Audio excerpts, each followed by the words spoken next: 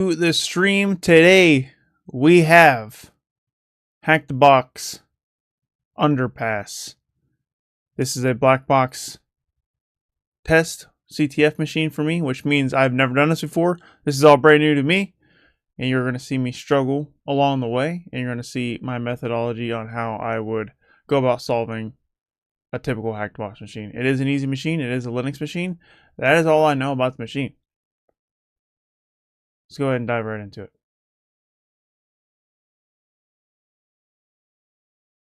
This demo is for educational purposes only. Ethical hacking is legal and differs from illegal hacking. Always ensure you have legal permission before performing what you see in this demo.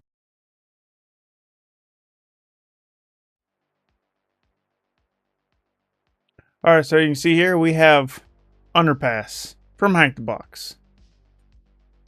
Like I already said, I have no knowledge about this machine. I've never done it before, and this is all brand new to me. I have the machine already started up. We have the target IP address right here. So I'm going to click this to copy it to my clipboard, and I'm going to open up a new tab. Actually, I'm going to minimize this. I hate how Kyser does this. You guys see up here in the top left, I have like this file icon. It's like that doesn't go away until I restart the machine. It's so annoying. It's one of the worst things ever. Offensivesecurity, please remove that. Like, why is that a thing? Anyways, we gotta scan it. We gotta do a port scan. So I like to do RustScan because it's way faster than Inmap. It is not recommended to do RustScan.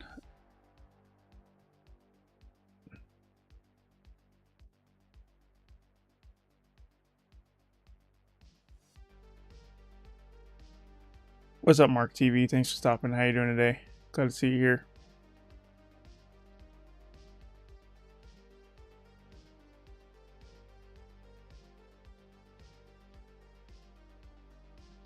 I don't know why that didn't copy my clipboard. Copy.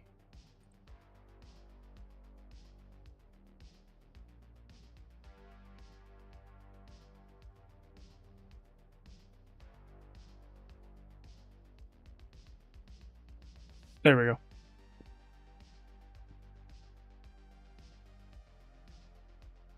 So like I said, RustScan, it's a very fast port scanner. You do not want to use this on a production network. This is really only for CTFs. And as you see, it's already done. It's so fast that we can actually run it one more time. And the syntax for this is very simple. It's RustScan-A, IP address -R for range. A is for address. And then range is, as you can see, 1 through 65,535. That's every single port. And it is worth noting that RustScan doesn't come to Linux by default, but you can get it at github.com/rustscan/rustscan. And they have instructions on how to install it there. Highly recommend it if you're doing CTF machines. As you can see, we got the same results. We got 22 and 80. Up here, we got 22 and 80. So it looks like potential SSH and potential HTTP. So with that being said, let's just open up the web browser and we will navigate to the IP address here and see what happens. So we get a default Apache 2 Ubuntu page. We can do view page source, see if there's anything here. Modify from Debian, original from Ubuntu. Last updated. See, so I see this bug. So this is really interesting right here.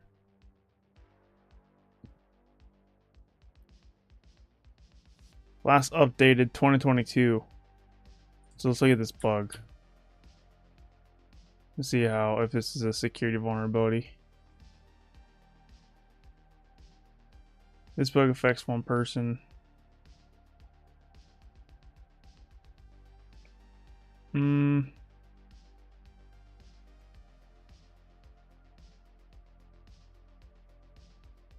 It says medium, but we see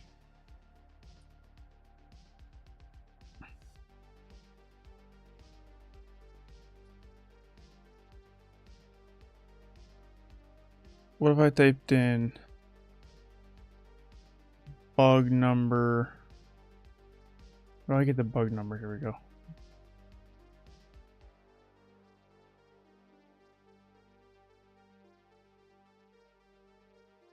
Apache to Ubuntu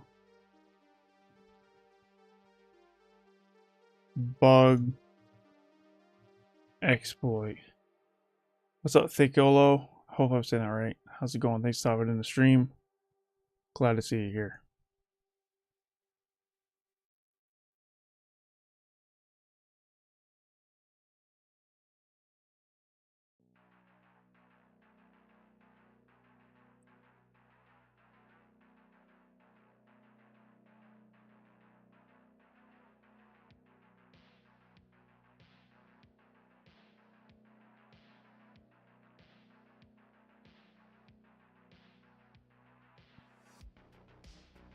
Alright, so we're going to delete bug here.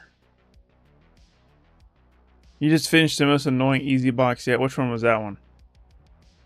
There's a lot of annoying boxes that are easy, by the way.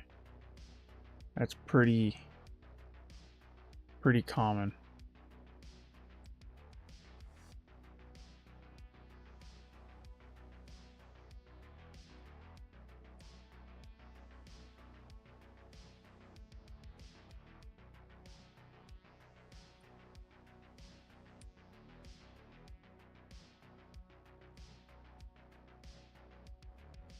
I don't see any exploits popping up here, so I'm going to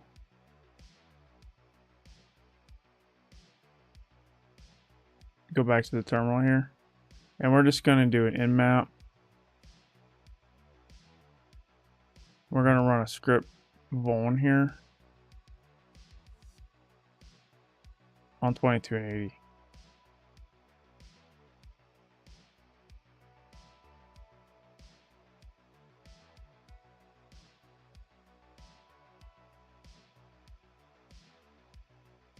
Just to see if we can get any Shopee. I remember that one. I think I did that one. I can't remember. It sounds familiar though. I do remember that being a little annoying though. I do.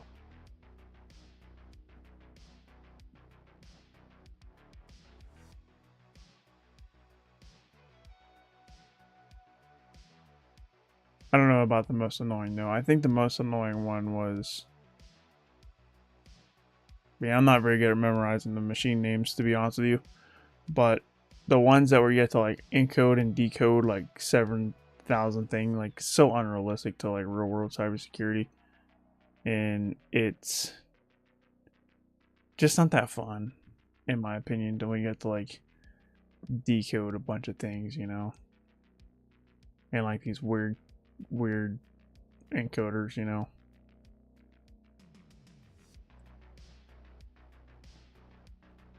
Alright, well, in the meantime, I want to, while that's scan, oh, it's scan's done. Alright, cool. I was about to switch tabs and I just finished up. So we got this CVE here.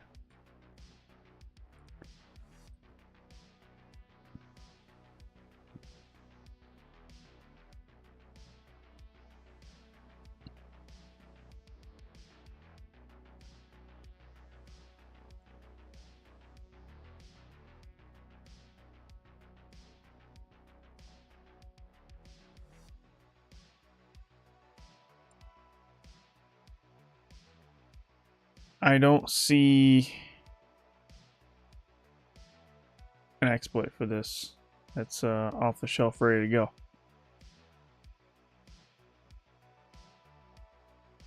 Alright, so I think what I want to do, since it's not popping up,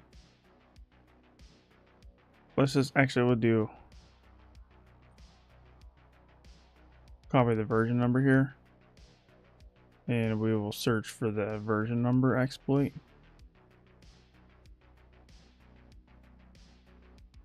And see what happens here.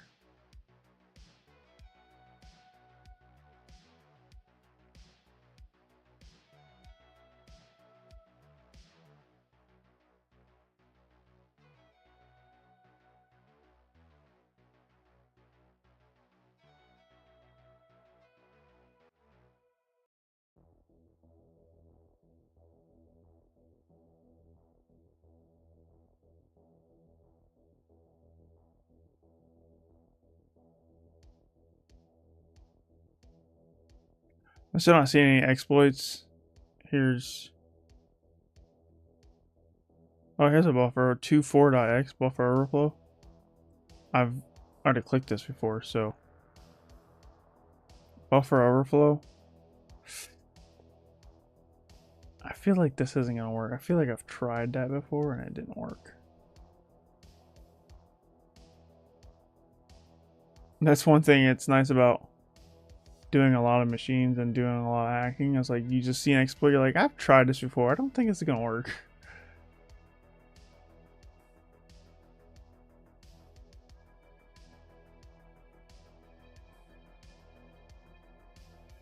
I did scan all the ports. Only 22 and 80 came up.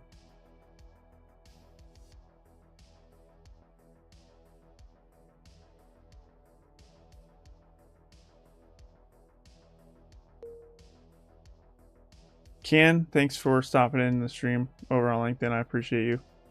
It took me a second to pull up the LinkedIn comments because it shows up as a LinkedIn user. It's so annoying. I have to actually go to LinkedIn to see the LinkedIn comments. Okay. I don't think that's going to work. So the next thing I want to try here is I'm going to open up and... Oh, gosh. This stupid thing right here, man. It messes up my clicks. I cleared up my whole terminal and I don't have it. Oh, no, I don't have it anymore. Why can't I? Run it again, I guess. It didn't take that long. Okay. So what we're gonna do is we're gonna do a Furox cluster on the web app.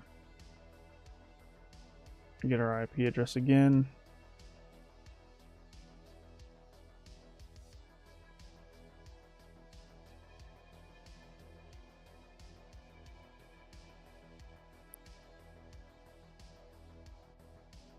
Can't you use tmux? Wow.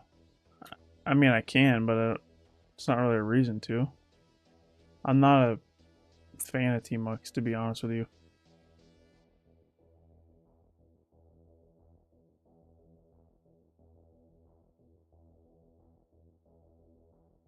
tmux is a skill on its own. Yeah, exactly.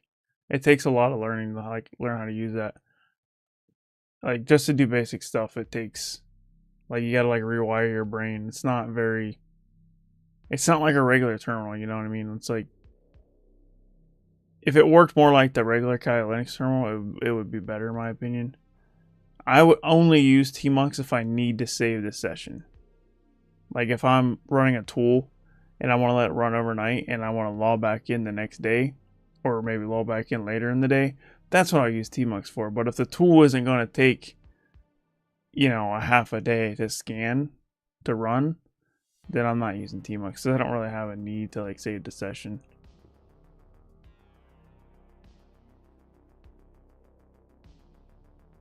What's up, Death Bestower? Dude, I am so sorry I missed your comment. I was hacking away, man. My bad. He said, dang, no love.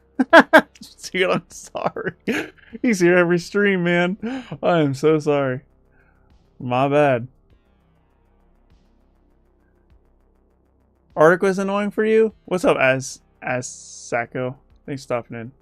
I actually really liked Arctic. Arctic was fun to me.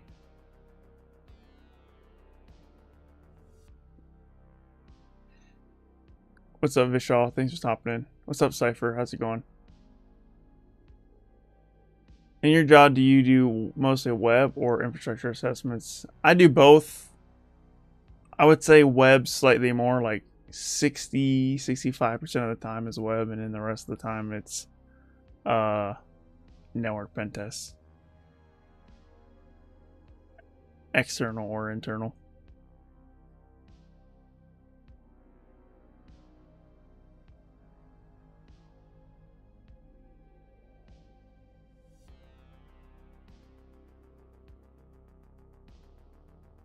Hey bro, I have a question about log rotate pros escalation. Can you simply explain it?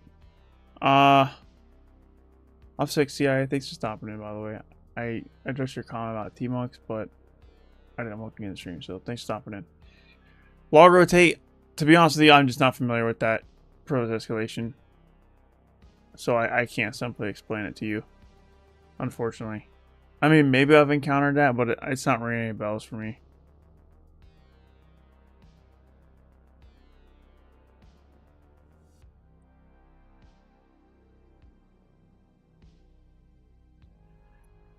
Bro, I don't know what else to really run. I mean, I ran a Ferox Buster to see if I get any endpoints here. Let's check the page source on this again. I don't know, this bug seems like it's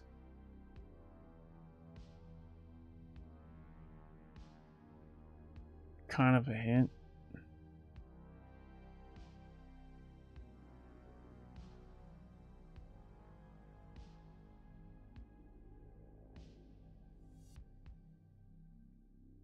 Oh, added a Ubuntu logo. Oh, it has nothing to do. This is I should have read this earlier. This bug, it's just to update the logo. It's not even a bug. It's just like, oh, the logo's updated. Okay, who cares? It doesn't really help us out at all.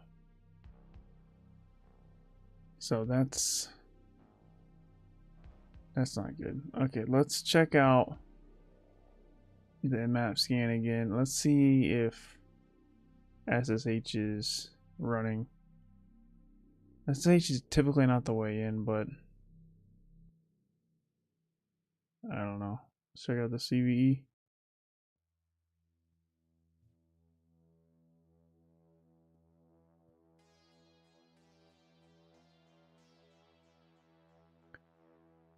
Do you do guided mode or CTF style?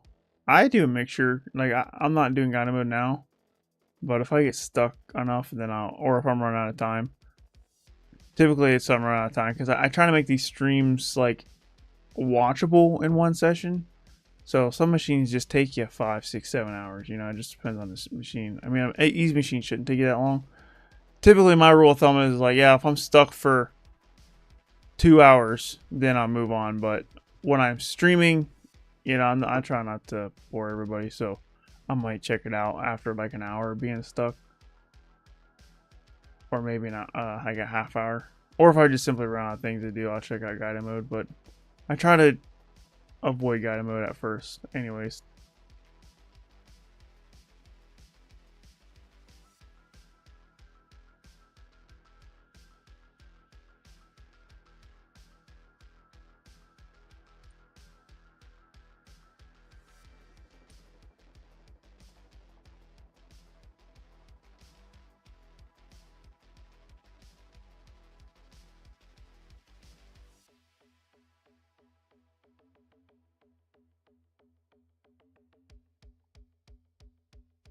I don't see an exploit for this one.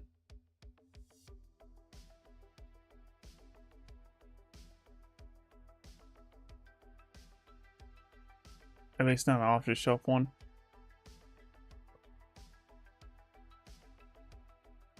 A subdomain search, yeah, that's gonna be the next thing I'm gonna try.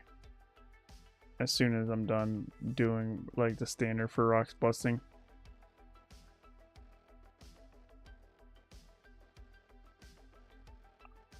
What is where is that other one? Oh, here we go.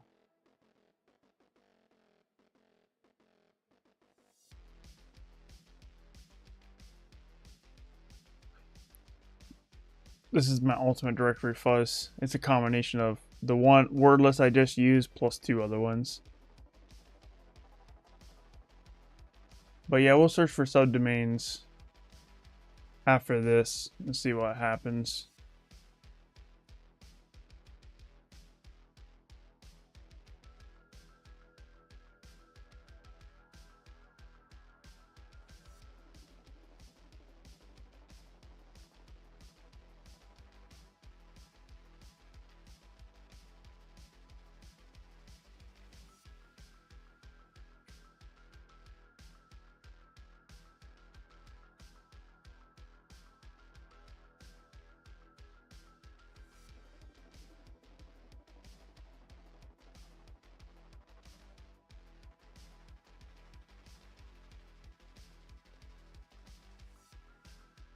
I don't think HTTPS is gonna work. 4.3 is not open.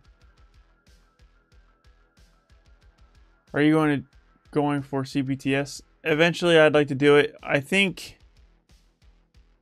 realistically, that's going to be something that I attain in next quarter or at the end of the year, something like that.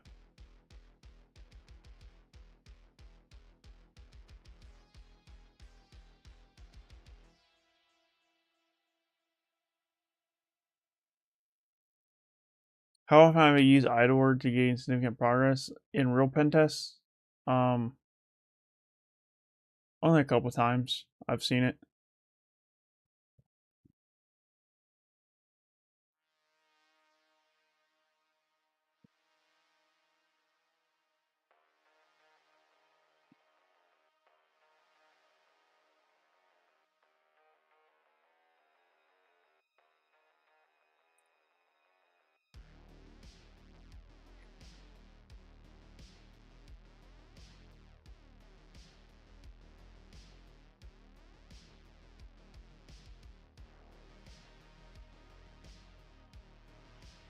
What's up, Slow Mo J? Thanks for stopping in. Glad to see you here.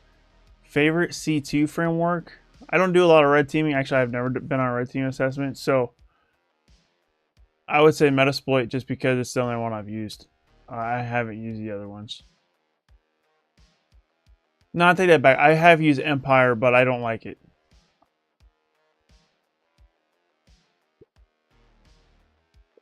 More relevant for bug bounties, I presume?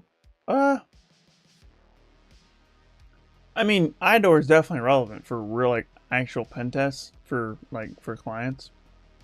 But IDOR, it just doesn't pop up that much. Mostly because it's such a documented and well-known vulnerability. I just don't see it very often.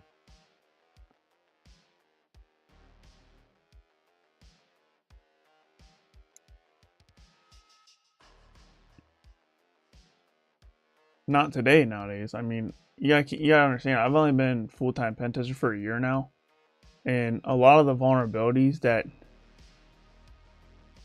were common 5 years ago, they're just not common anymore. I'm not saying they don't pop up, they're just less common. Right? Like the easy low-hanging fruit, like it's not, there's not a lot of low-hanging fruit out there anymore, in my opinion. And a lot has to do with the fact that, see, I got a job working for my current company, but when I get put on engagements, you know, the company has already pen tested the client for 3, 4, 5, 6 years in a row. So, more times than not, you know, the app that I'm on, or the network that I'm on, has already been pen tested very thoroughly from my current company. And anything that's low-hanging fruit's already been addressed. By the way, UnderPass is in IPsec prep, if I recall. What do you mean by IPsec prep? Doesn't he do a video for every Hack the Box machine, I'm pretty sure? Or is there something different about, like, specifically with his prep?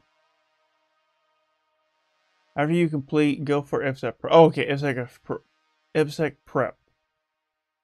Write in some methods and situation I covered in my, what's, I don't know, is that like a course or something?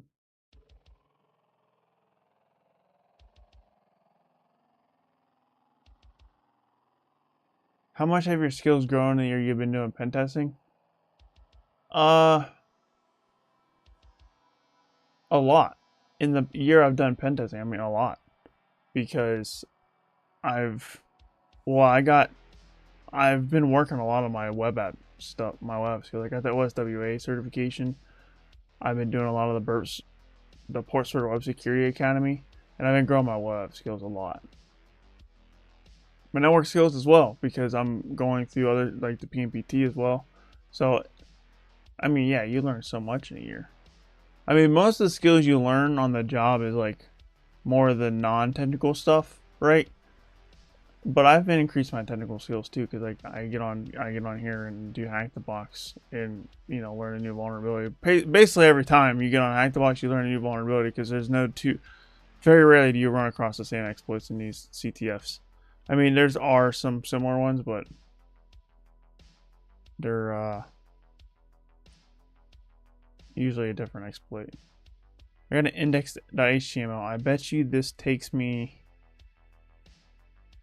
to the same exact place. Yeah.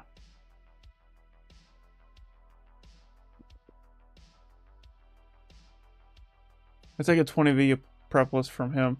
That's why I mentioned he did UnderPass as well in that. Oh, okay.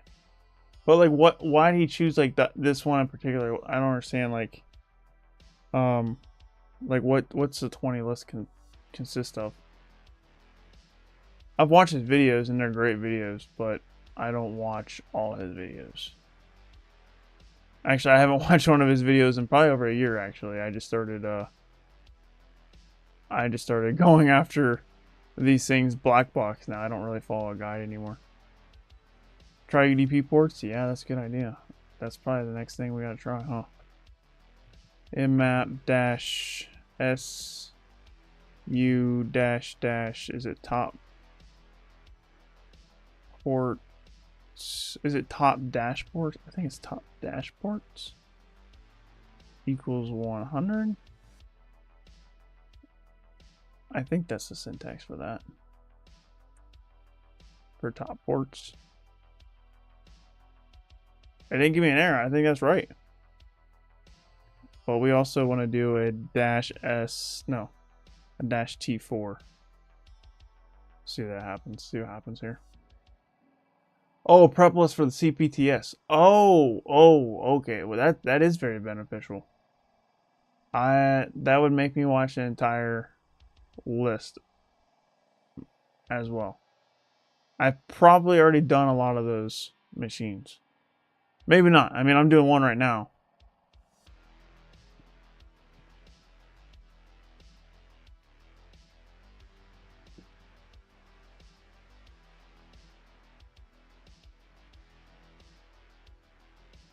I do want to get the CPTS. I feel like it's going to be like really hard. Hack the box is hard, dude. A lot of these machines are harder than OSCP machines.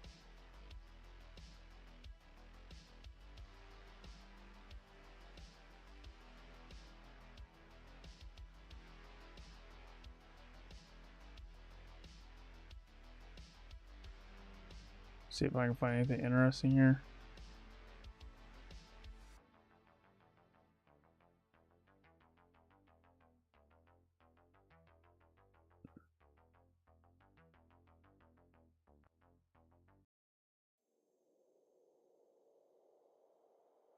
You failed once already? Was you close?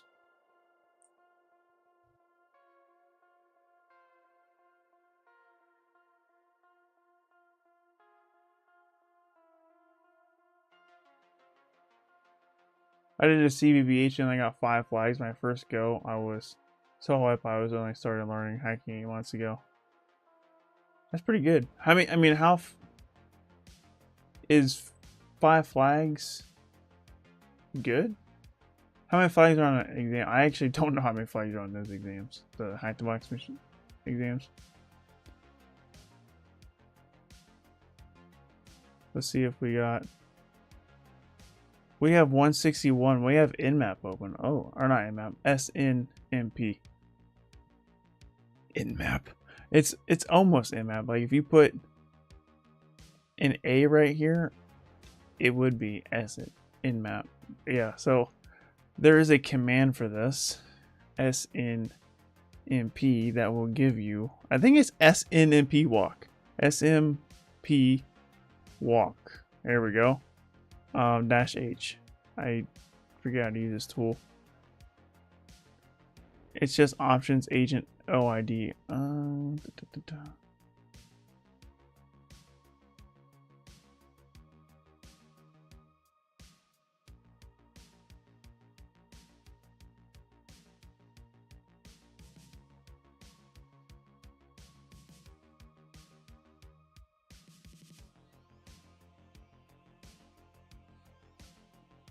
SNMP walk.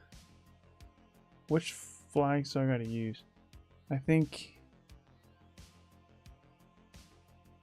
Can I just apply the IP address to it? Like if I just did a new tab, SNMP walk, and then IP address? Does that work? No security name specified. I don't know what that means.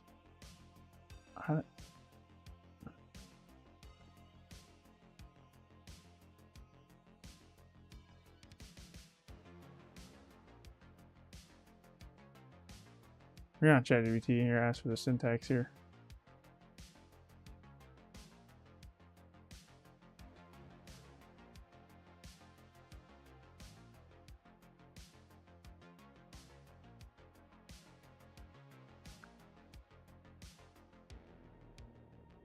SNMP walk.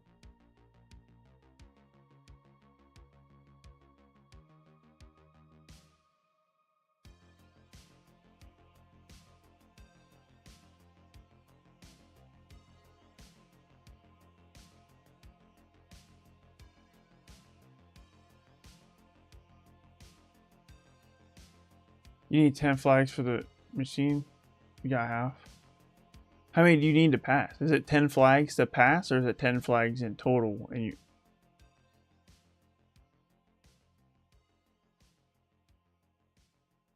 All right, so here we go. Let's throw this in here and see what we get. All right, we got some information. UnderPass, okay. Steve at UnderPass.hdb, so that's important. UnderPass.hdb is the only dollar radius server in the basin. Okay, that's a lot. That's a big tip. Okay, so now what we can do.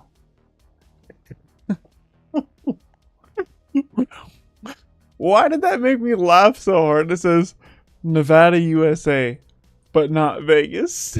That made me laugh so hard. That's funny. Oh man.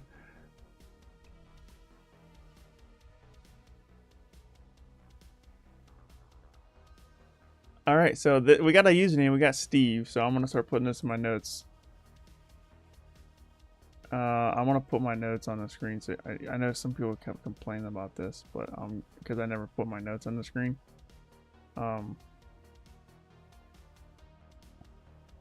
So here's the notes. So we're gonna do UnderPass, and we just got a username here. So I'm just gonna like type in potential username. Well, we need to. I'm just gonna copy it. So I put potential username Steve, and then also potential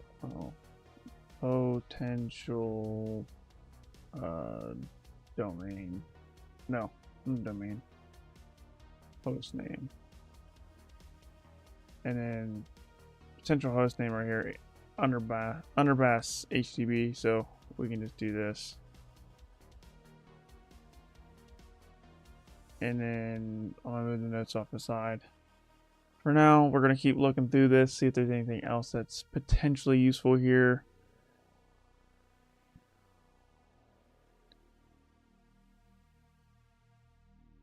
Nothing glaring here. Alright, so the first thing I want to do is I want to... Oh, also this is a hint too. I forgot to put this in here. Is the only Delirious server in the basin. So I don't know what a Delirious server is, but there might be some exploits that we can put against that. So I'm just going to copy paste this line into our notes here. And I use OneNote, by the way. A lot of people ask me, what notes do I use? I use OneNote. This is actually probably one of the least, I don't want to say the least efficient. It's not the most efficient note-taking app ever. It's kind of, I just like slap things all around in here. Like I'll just like start pasting stuff. It's really messy. It gets really messy. It's not to me, notes aren't supposed to be structured really well, right? I just throw them in there, and then, you know, when I write the report, then it'll be structured. I know a lot of people like Obsidian and some other ones. I like to use OneNote. And the reason why I like using OneNote because it's on every Windows machine. I like using Windows. And it's just built into Windows by default. So I have it everywhere I go, no matter what, I have it.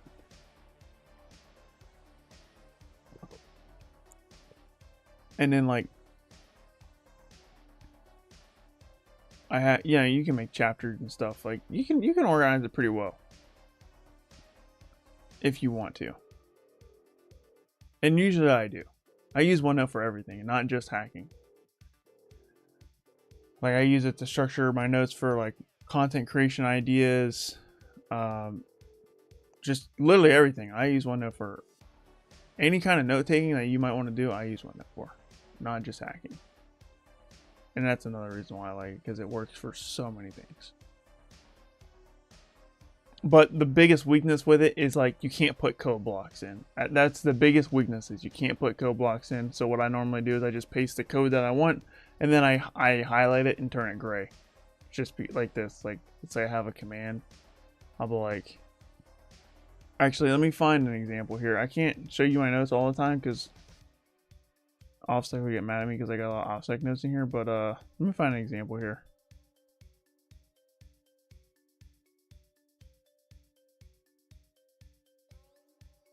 All right, so here's something that I use a lot.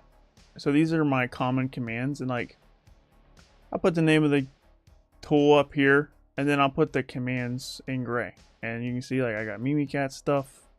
I got check command history in Linux. Like it's honestly just history, but I just put that there to just remind myself to check it, you know, stuff like that, because I forget stuff. File transfer stuff, and there's, you know, how to use Chisel, Apache 2, start a Samba server, Pratmac exec, Juicy Potato, God Potato.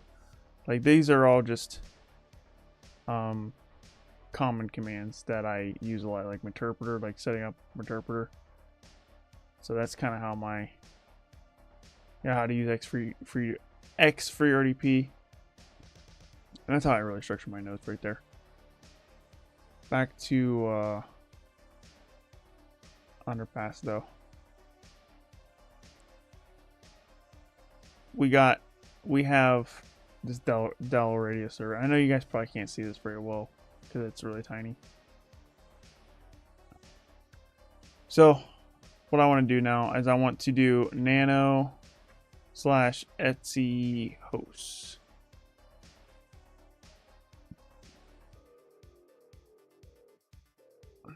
What machine am I on?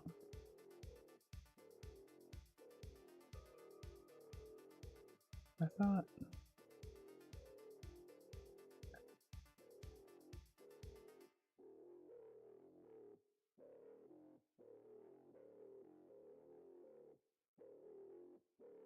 Yeah, okay. We're gonna delete all these. And then we're just gonna paste the UnderPass the HTTP in there, and then we're gonna put our IP address right here. And then Control X, Y, enter. And if we navigate there,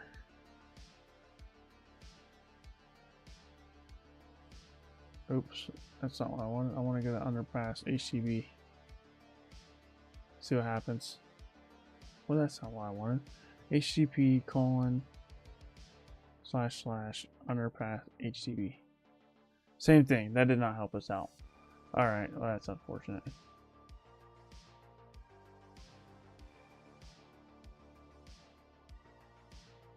All right. See you, Thick Golo.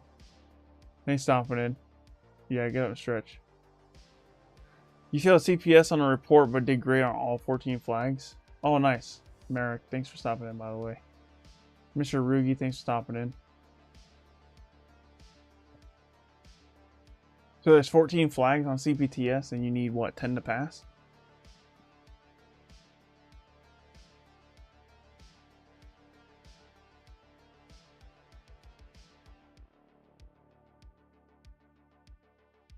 Well, OneNote was free for college students. Plenty of people use OneNote. Yeah, that's another reason, yeah. If you have...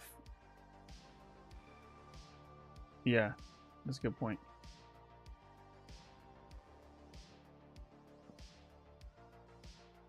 Okay, so what can we do here? We have Steve as a username, so, I mean, let's just try this. We'll do Hydra SSH. So Hydra-L for the username, which is Steve, and then the password list is RockU, and then we just need to supply the... This is very rarely the way to get into a hacked box machine, but it's so easy to type in the command to just check that it's worth doing. So we'll try brute force SSH with Steve username.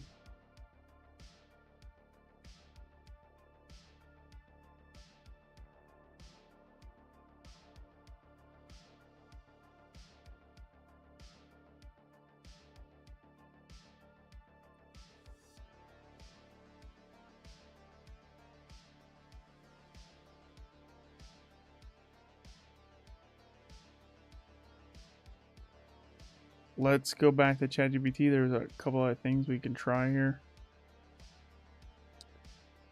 Get system info.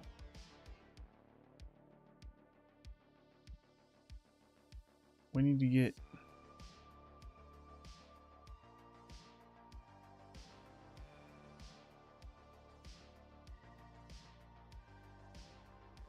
Just give me the same stuff. Network interfaces. I mean, I need to get initial access before I really care about the network interfaces. User accounts if exposed. That's what we need.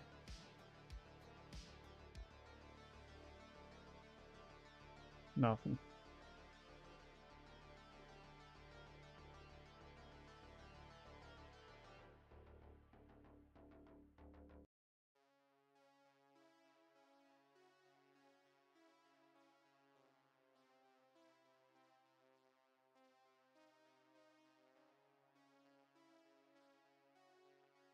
It's got a public community string. But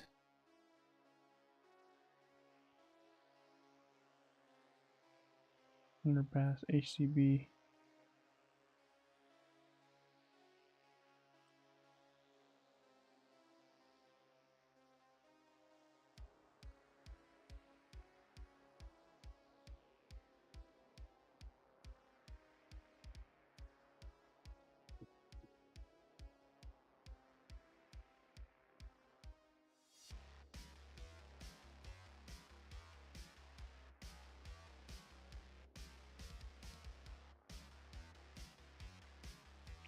.161 to brute force community strings.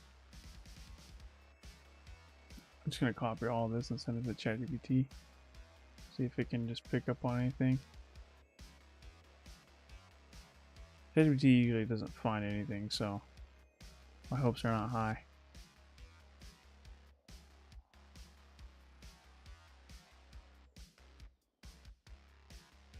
I'm gonna say, here's what I got.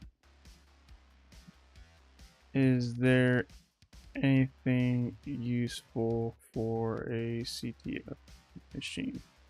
I already tried to brute force SSH with Steve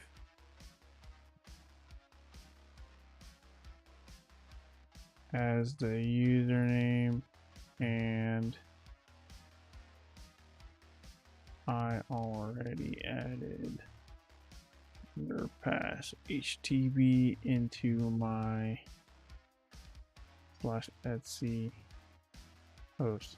It just gives me a default Ubuntu landing page when I navigate there in my browser. There we go.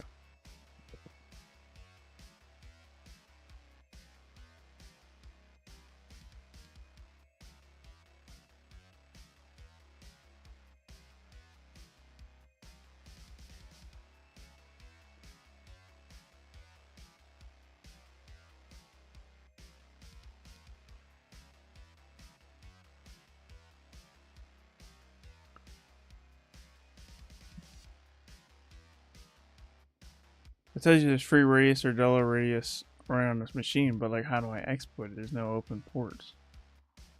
Since you've already added to Etsy host visiting, go here to del radius. You think it's that easy? It says forbidden. It's not. It says it's forbidden, but it didn't give me a 404. What's up, Isaias Tech? Thanks for stopping. Glad to see you here. So that's a good point.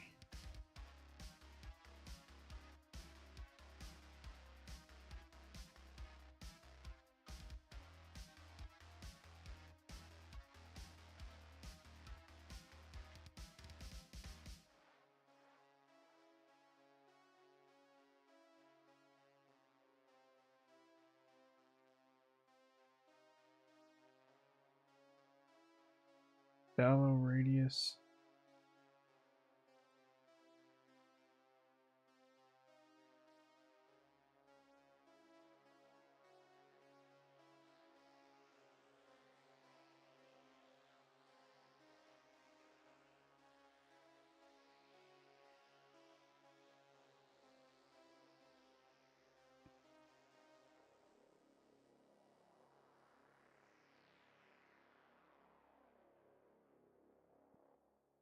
Check for headers.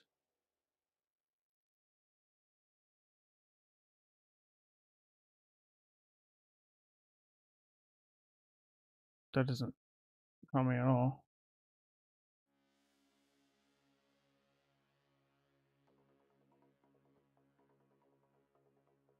Try. Oh, that's a good point. Try to do login.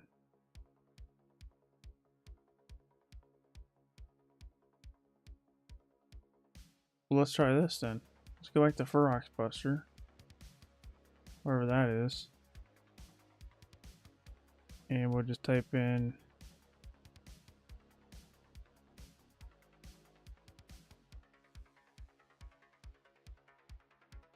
We'll just type in slash. Yeah, we'll just brute force this. See what happens. See if we get anything juicy here.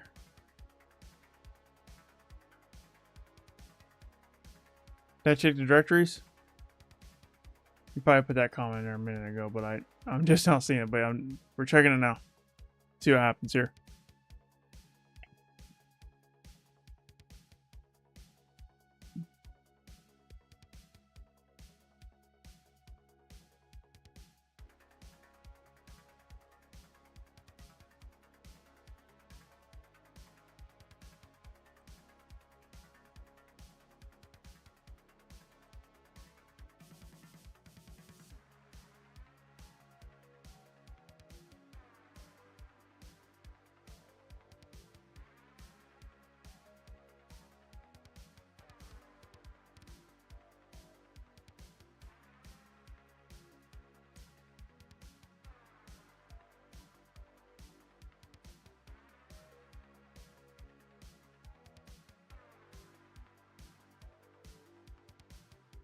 I figured it out. OneNote does not work on Linux from what I read. That's my only complaint so far.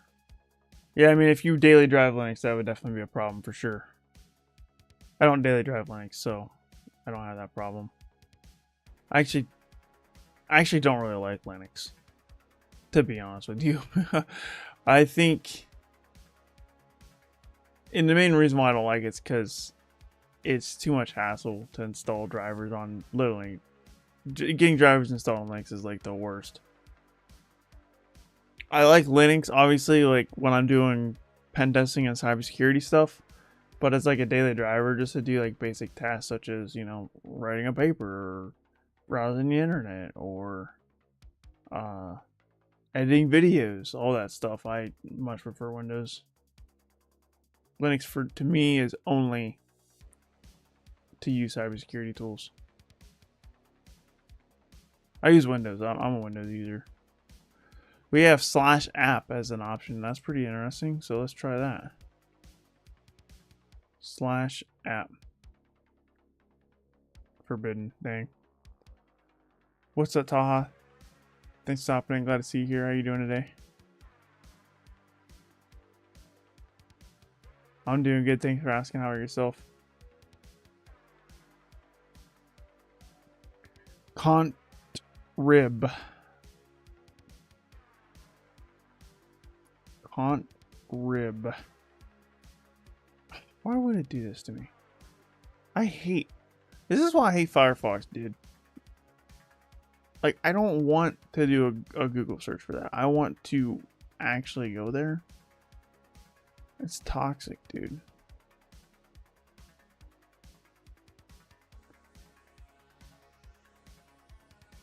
Like, why does it do that? Why is it like, oh, we're gonna do a search here? It's still wanting to search. I don't want to search.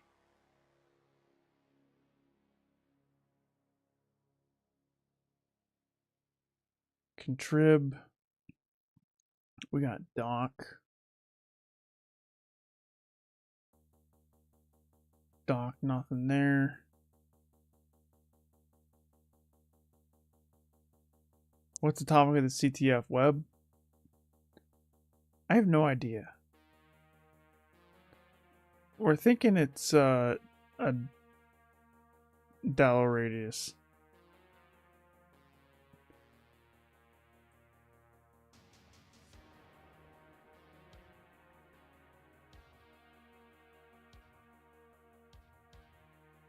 Let's type in dollar radius exploit.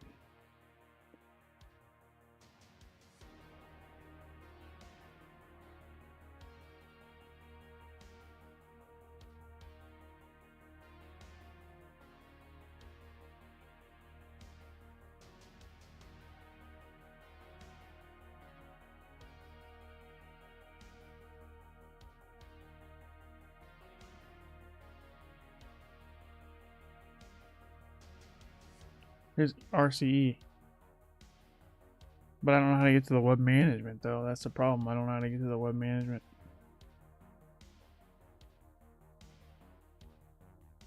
The web management because it's not loading up. We have library. Oh, we have changelog. I'm like looking down here, and I need to be looking right here. So let's go to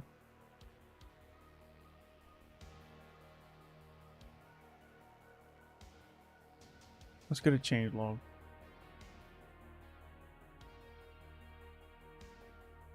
Hopefully it gives us like a version number.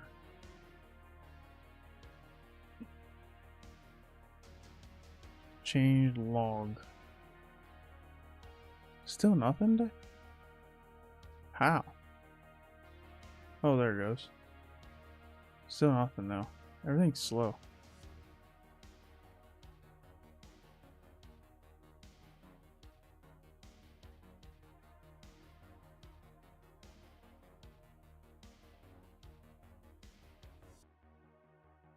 Oh, I see what I'm doing wrong. No wonder why it's not finding it. I gotta get rid of the /app. Why did I think that was a good idea? There we go. Let's try that. No wonder why.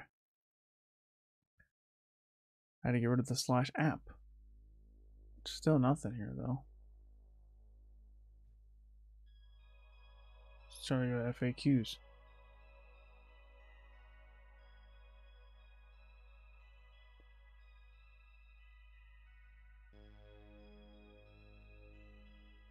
After I log in the administrator account, I receive an error. Fact error, call undefined. MySQL connect. This is because the MySQL extension isn't loaded. Edit the file and comment out the MySQL.so possibly. In list users page, I don't see all the users even though I have at least one. Check if the username is. Check if the username in radcheck and user info table are the same for the same user.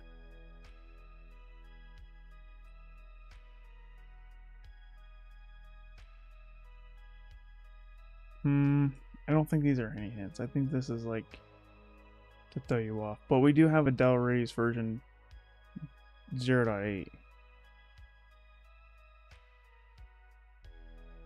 So let's Dell Radius 0.8. exploit. See if we can find anything here.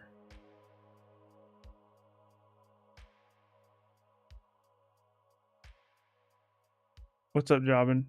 Thanks for stopping in. How you doing today? Multiple vulnerabilities. I wish it said what version this works for.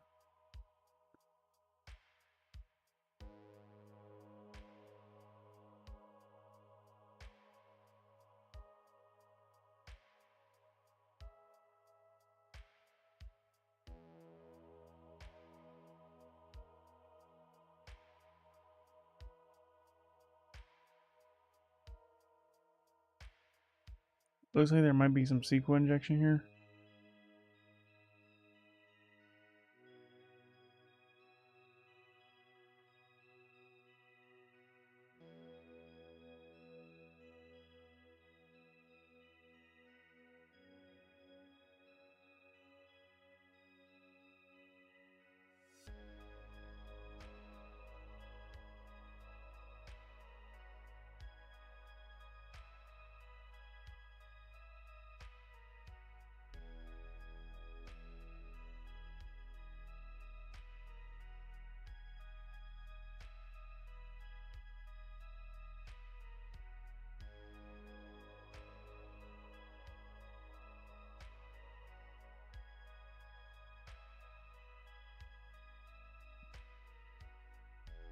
Oh, here we go. Changelog is working. So we got 1 dot question mark. Okay, 1.1.3. See,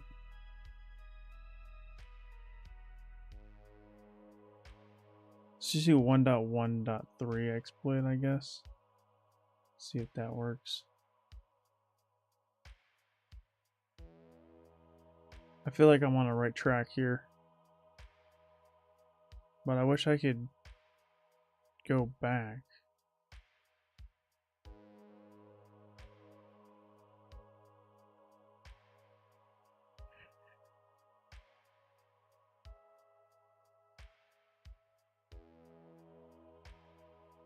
I forget what version it was. 1.1.3, 1.1.3.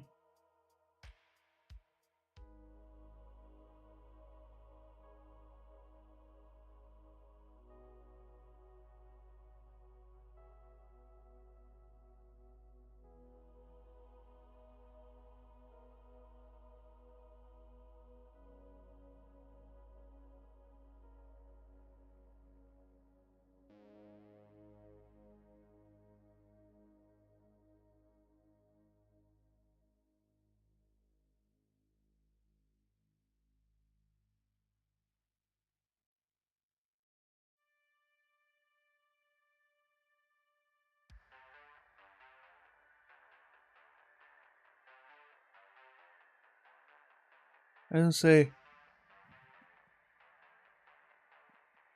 what version they tested this on.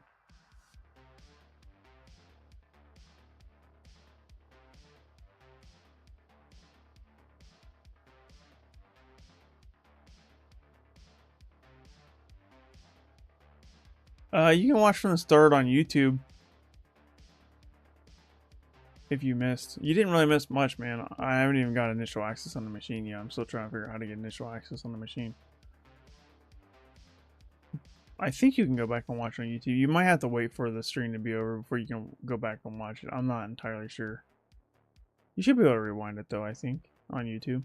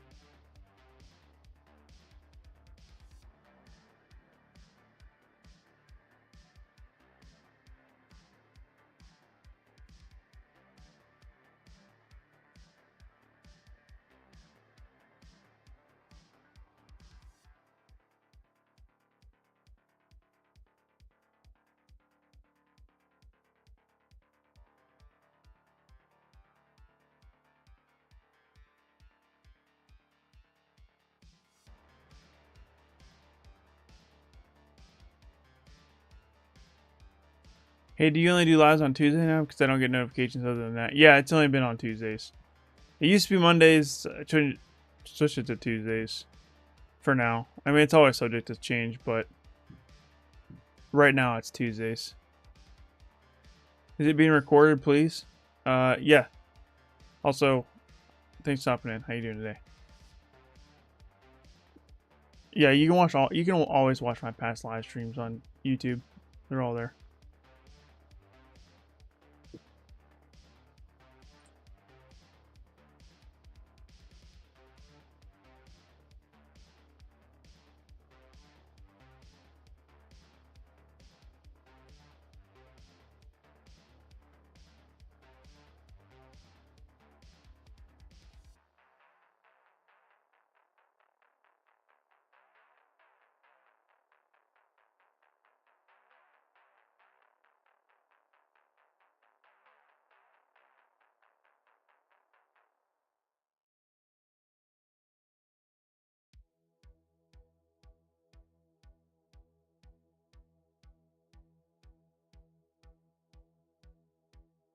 Don't want to miss content. I appreciate the support. I'm glad you like it. It's a lot of watching. These streams can be long. These Hack the Box streams can be anywhere between 2 to 4 hours. I try to keep it under 4, but I think one time I had it. Oh, look, I got the login here. Yo, check it out. We got 2.2 beta. All right. Steve. I don't know. Let's try the default creds. Download radius default creds. Administrator / radius.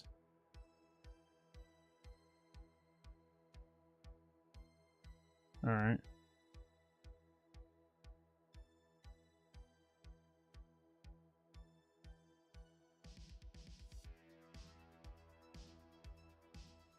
Log in, please. It literally says please.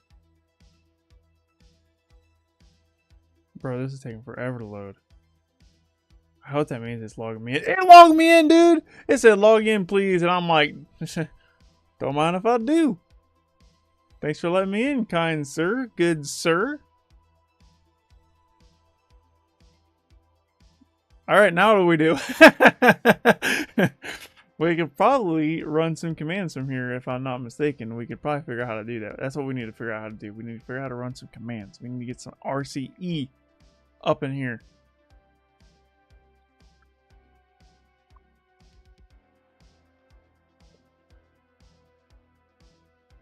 Go to users list. Is it just Steve? I'm coming after you, Steve. I'm stealing your data. Just kidding, we're ethical hackers here. I'm pentesting your server. A freaking password, bro? For the service mosh account, a whole password? This looks like a hash, but still, dude.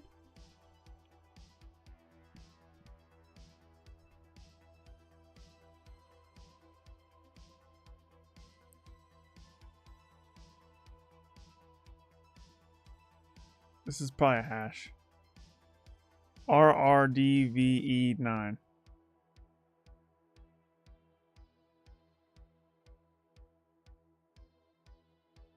Underwater friends is the password? What a loser. What a loser. Alright, we got it. He must love fish. He's a fish. I think that's what it means. Is that like a fish person thing? People who have pet fish are like, never following this guy again. Unsubscribe. Kyser hates fish. I don't hate fish. I think they taste very well.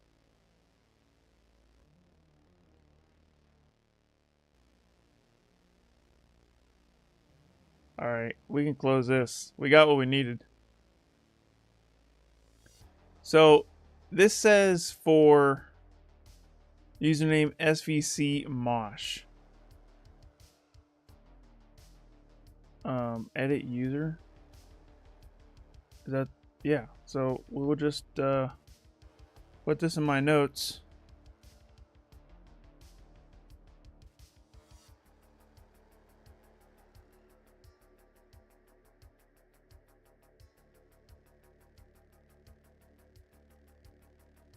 By the way, if you guys missed that, I did it so fast. I went to hashes.com, I pasted the hash, and it just cracked it literally instantly. That's usually my first go. Yeah, you can use Hashcat. Yeah, you can use John the Ripper, but hashes.com, if it's like a really basic password, and for most CTFs, you can use hashes.com. Now, you don't want to use hashes.com or like an online cracker for an actual engagement because that's sensitive information, but for a CTF, it's all public knowledge anyways. Alright, so on my notes here, all I did was I just put, you know, SVC mosh, and I put the hash here, and then underneath here I have the username. So I actually, when I get a username and password, I usually put the password in red because I smell blood in the water. That's why I use red. I put hashes in blue typically, and then I'll take a username, and I typically put that in purple. And that's how I can tell. Username, hash, password. And that's what my notes look like. So let's see if we can log in here.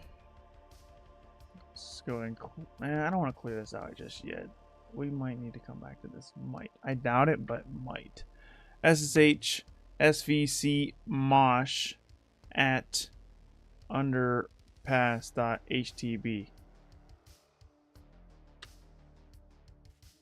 And we're going to paste the underwater friends password. Come on. It worked! We're in, dude! Let's do cat user txt. Is it here? It's there, dude. We got a user flag. Look at that. Easy, bro. Didn't need no guided mode today. It's always good when I don't need to use guided mode. That's the biggest confidence booster. If I had to rate the difficulty on this one, this was easy. Initial access in how long we've been streaming? Initial access in an hour. We're at 1 hour and 8 minutes now, but I mean, I was talking to you guys a lot, so it was probably like 45 minutes, which is still kind of slow for me, but not horrible. All right, now we got to do our privesc. So we're just going to do a clear here, and we're going to do a sudo -l. We can run mosh server with no password. So what I'm going to do is I'm going to do GTFO bins. Is mosh server a thing on GTFO bins? If it is, it's a win. Mosh. Nope. So all I got to do is type in this privilege escalation. If I spelled that wrong. I don't want to do that. I just want to do a search for that. You know, it doesn't give you the search when you want it, but then here we go. Privilege escalation techniques. Look for mosh here. Privilege when mosh server can run without password. This is literally all we got. This is all we need right here. Or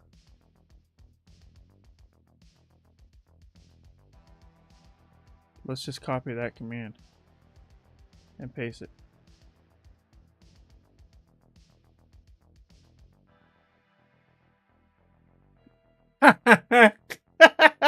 Dude, that was the easiest route I've ever seen. What? It took 2 seconds. Who am I? ID. We're root. Look at that. Boom. We're in there, dude. cat/root/root.txt. Pwned. Pwned.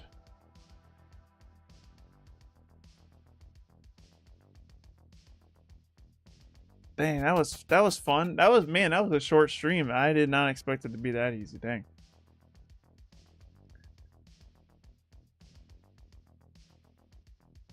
And I mean, for those who are watching live and they decided to go get a snack and you're just coming back, you're like, dude, what the heck happened? Let's just recap that. So all I did here, one of the first things you should do when you log on, I did a sudo -l. let me just exit just to show you. So I did a sudo -l, which is something you should always be doing when you first land on initial access on a box. And you can see right here, user svc mosh, which is a service account, may run the following commands on localhost, which is current machine. All no password, which means we can run /user/bin/mosh server without a password. So all I did is I just copied this and I just Googled that. I just Googled user bin mosh server pros escalation, and I saw like 2 links down. I just saw Prives when mosh server can run without password. I'm like, oh, that looks like something exactly what I need. And I just clicked this. And then what I did is I just did a search for mosh to just filter this out real quick. And then yeah, Prives, when mosh server can run without password, which is our exact situation, it says this or this. So if this wouldn't have worked, then I would have tried that. But this first one worked. Literally all I did was I just copied and pasted this. I copied and pasted this. It asked me to accept the key. I had to type in yes, and then boom, we're root. Root UnderPass. ID. Who am I? Cat /root/root.txt. Boom. Easy. And yeah, I already did that for like a piece of cake. That was, man, I don't think I've ever prevessed the root that fast on a machine that I've never been on before. That was too easy though. A little too easy. The initial access was, you know, a little bit different because you had to do a UDP scan. You know, at first we're like, what the heck? There's nothing here to do. You know, 22's open, 80's open. Nothing's on 80 right now. And then we saw SMNP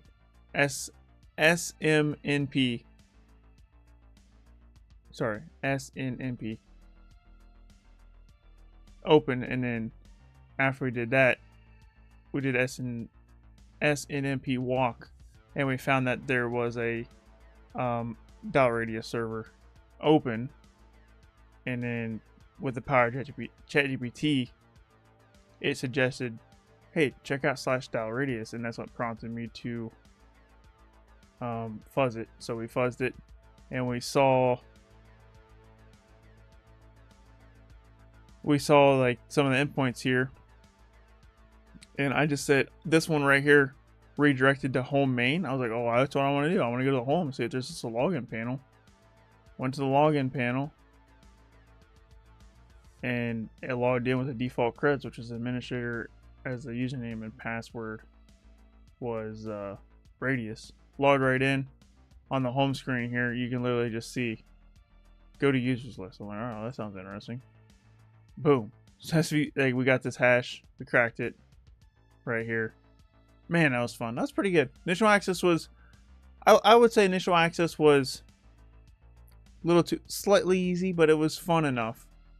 Privilege escalation, it's always fun to get it that fast because you feel really good, but in reality, it was really super easy. All right, guys. Well, that is all I planned on doing for today's stream. So I'm gonna leave the stream open for like another 5 minutes or so, maybe a couple minutes. If you guys have any comments, questions, go ahead and ask them. Bring up whatever you want to talk about. We can sit here and chill, and I will talk to you guys for the next couple minutes before I get off the stream. While I'm waiting for you guys' your comments. Hit the follow button if you're on Kick and Twitch. Hit the subscribe button. Hit the like button if you're on YouTube. If you're on LinkedIn, you're probably already following me, but if you're not, hit the follow button. Connect with me if you want to. I accept all connection requests. And if you have any interesting propositions, feel free to hit me up on LinkedIn. I don't reply to all my LinkedIn messages, guys, because I get a lot of them. So if you ever hit me up, don't take it personally if I don't reply back. But if it's a very interesting proposition, I'm very interested in hearing it. You know, collaborations especially. I like collaborating with people. Yeah, and check out my podcast, The Hacker's Cache. It's on all the platforms.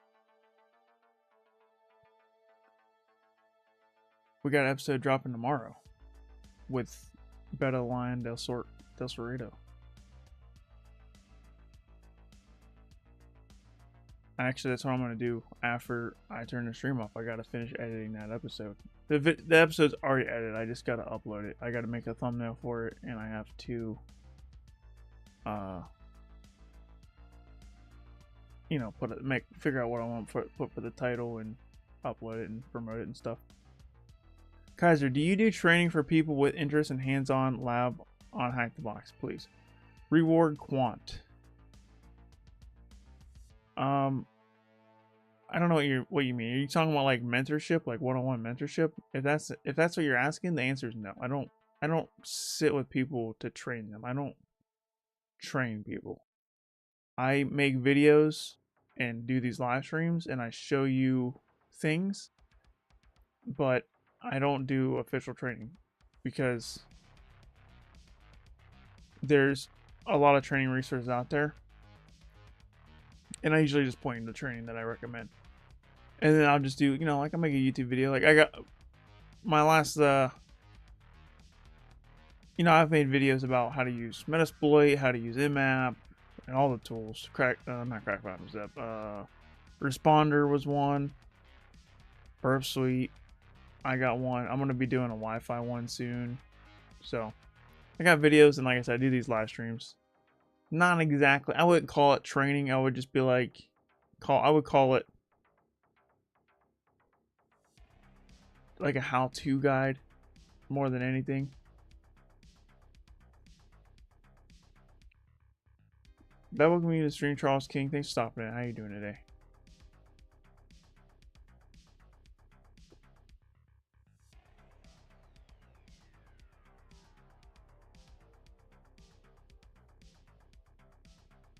Alright guys, I'm going to go ahead and hop off of here. Doesn't seem like we have any more questions, so if you have any more questions, feel free to hit me up on LinkedIn or just drop them in the comments if you're watching the past broadcasts on YouTube. Thanks for watching. Thanks for hanging out. This one was fun. This one was quick. I'll catch you all in the next stream. Like I said, it will be Tuesday. There are a bunch of resources out there for me coming in the SOC and Azure. I get confused, so how much of how to follow up. You know, I'm not an Azure master or anything, but yeah, I mean, it can be confusing for like how to, like what resources to choose. I mean, I think Azure has certifications. I always like certifications. So if you want to learn Azure, go get an Azure cert. That's what I would recommend. That's like my first starting place. And if there's no certifications for it, then to me that's where it gets confusing. But if there's a certification for it, that's usually my go-to. Obviously, you're going to spend money for that, but typically they're quality. Typically, when you pay for training, which is why I like paying for training. Because in my opinion, like, yeah, you can learn it all for free, but it's like hard to tell what you need to learn. You know, like for example, like if I want to learn how to hack, I gotta know how to use Inmap. I gotta know how to use Burp Suite, and it's like, well, I don't know that until someone tells me that, you know. So